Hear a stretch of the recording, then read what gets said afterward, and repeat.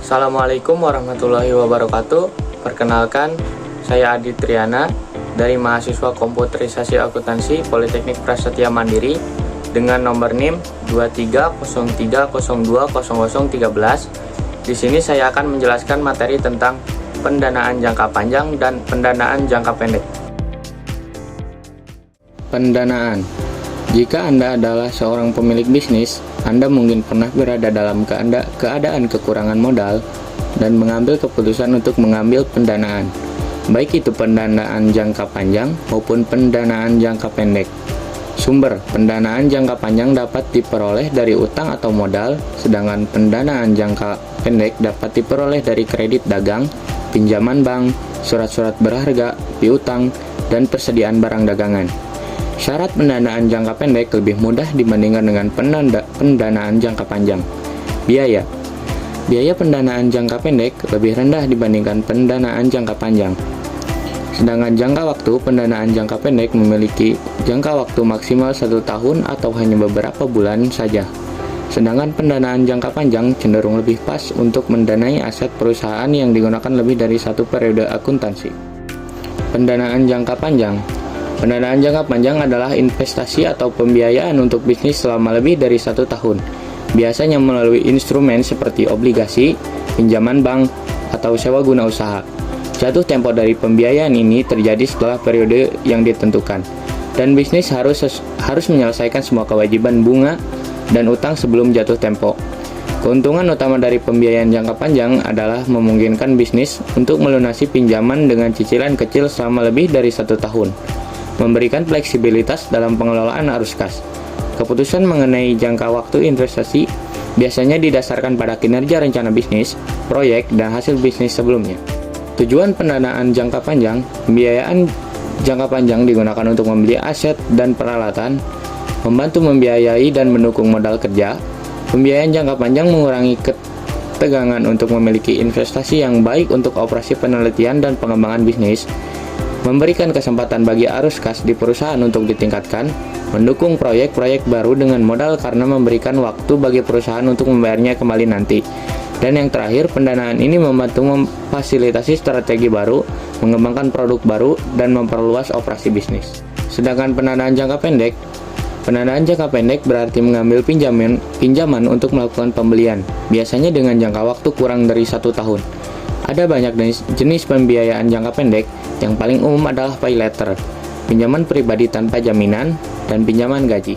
Tujuan pendanaan jangka pendek adalah 1. Dana darurat, untuk menghadapi keadaan darurat seperti biaya medis mendesak, perbaikan kendaraan, atau kehilangan pekerjaan.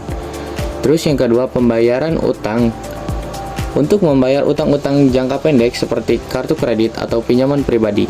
Yang ketiga, investasi jangka pendek, untuk menyimpan dana sementara dalam instrumen-instrumen investasi yang liquid seperti obligasi atau deposito, sebelum dana tersebut digunakan untuk tujuan investasi yang lebih besar. Yang keempat, ada persiapan untuk pembelian, untuk menabung dana guna membeli barang atau jasa tertentu seperti liburan atau mobil.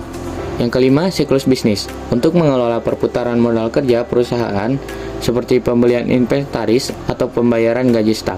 Dan yang terakhir, dana pendidikan, untuk membayar biaya pendidikan anak-anak dalam waktu dekat. Contoh pendanaan jangka panjang biasanya terdapat pada saham biasa. Saham biasa mewakili sebagian saham perusahaan. Pembeli saham biasa memberikan dana kepada perusahaan dengan imbalan kepemilikan dan hak suara di perusahaan. Dan terus ada saham preferen.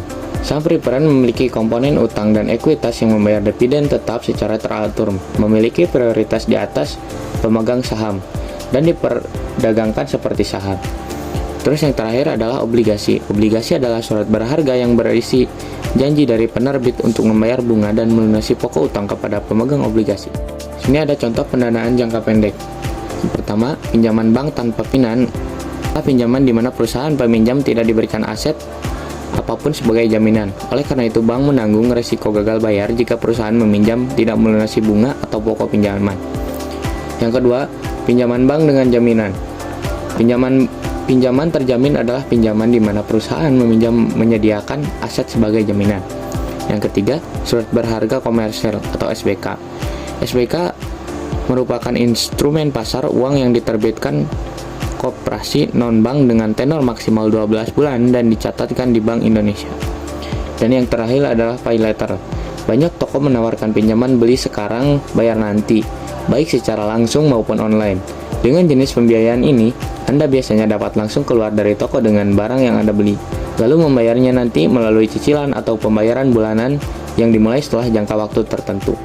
Simpulan presentasi ini dapat menyimpulkan bahwa mengelola keuangan adalah proses penting untuk mencapai stabilitas finansial dan kesejahteraan di masa depan. Dengan membuat anggaran, menabung secara teratur, berinvestasi dengan baik, mengelola resiko finansial, dan merencanakan pensiun dengan baik, kita dapat membangun fondasi yang kokoh untuk menghadapi tantangan keuangan yang mungkin dihadapi di masa mendatang, dan dengan kesadaran dan kedisiplinan yang tepat untuk semua.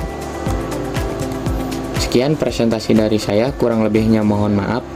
Terima kasih, wabillahi taufiq wal hidayah. Wassalamualaikum warahmatullahi wabarakatuh.